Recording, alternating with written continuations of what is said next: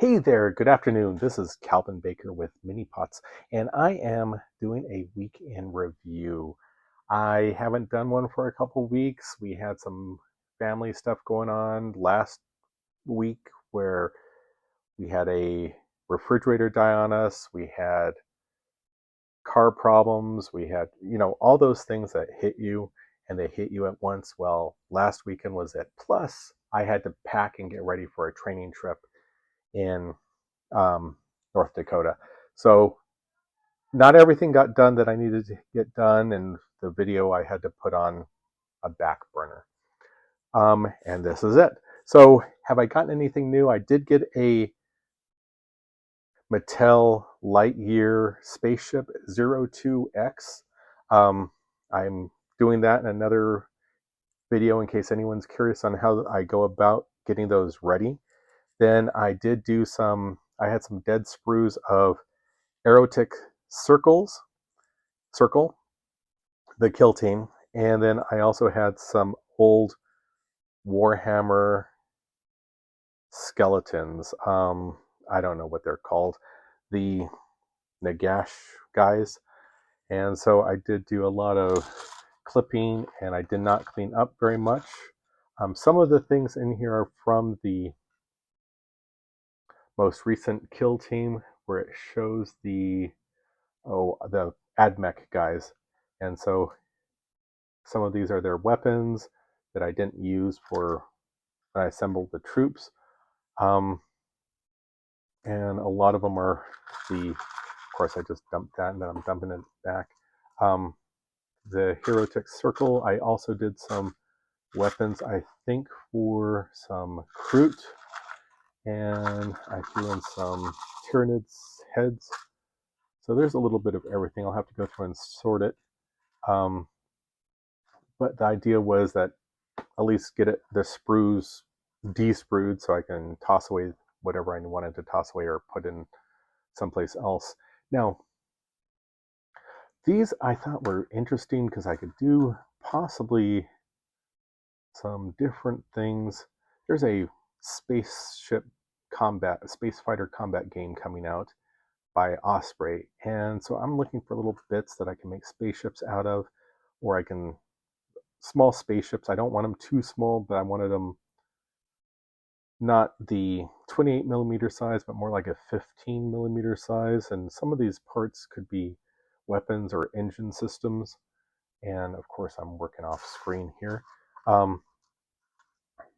But you can see where this could possibly be a engine or a full spaceship. And of course, lots of,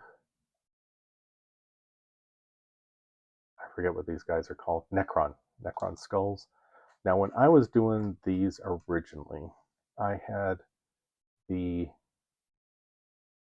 bright glow in the dark green plastic tubing that you had to glue separate in to make everything look okay.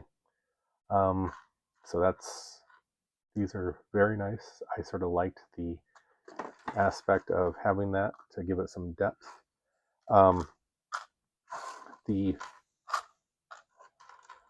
So that's so you got the little backpacks, but you can see how this could be different things you can throw onto a spaceship, or when you're kit bashing, you can throw it on a different mini. Um, I have more things that I had been collecting that I had not really done anything with, and I was not going to be a collector. I wanted to be a player. But as I've said probably in a different video, that where I am at, there's not a lot of players of anything. If they are, they play an older version of Warhammer and 40K, and they play some other stuff other than Kill Team or that. I have ran into a guy about an hour and a half away, an hour and 45 minutes away, that does play Kill Team, but with the kids it's sort of hard. But you can see, like, I can do the swords on different minis, or if I want to do skeletons, I've got some cool arms all set to go. Some of the neat things also from this were the shields. Like you have a coffin lid there. I didn't clean them up, and that's probably something I should do, but I will probably not right at this moment. I'll get it set up so when I'm assembling or kit bashing, I have some. There's a shield in here. Yeah, battle worn shield.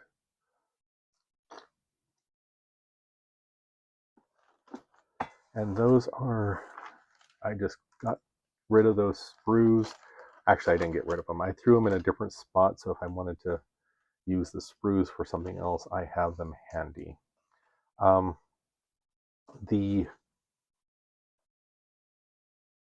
That has been primarily it. I'll be doing a flip through, I hope, later on this week of another rule book or two and get those up soon. Thank you very much. And I know it's a short one, but I wanted to reach out to you.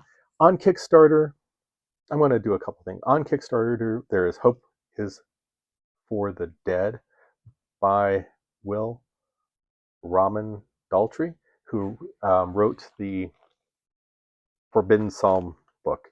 That's on Kickstarter still. Please give it a look. Consider backing. It's a great game. I have played, if I can and I have time, I'll try to do a one-turn playthrough of it to see so someone else can get some aspects of how it's played. I have not seen anything else really that grabbed me on Kickstarter.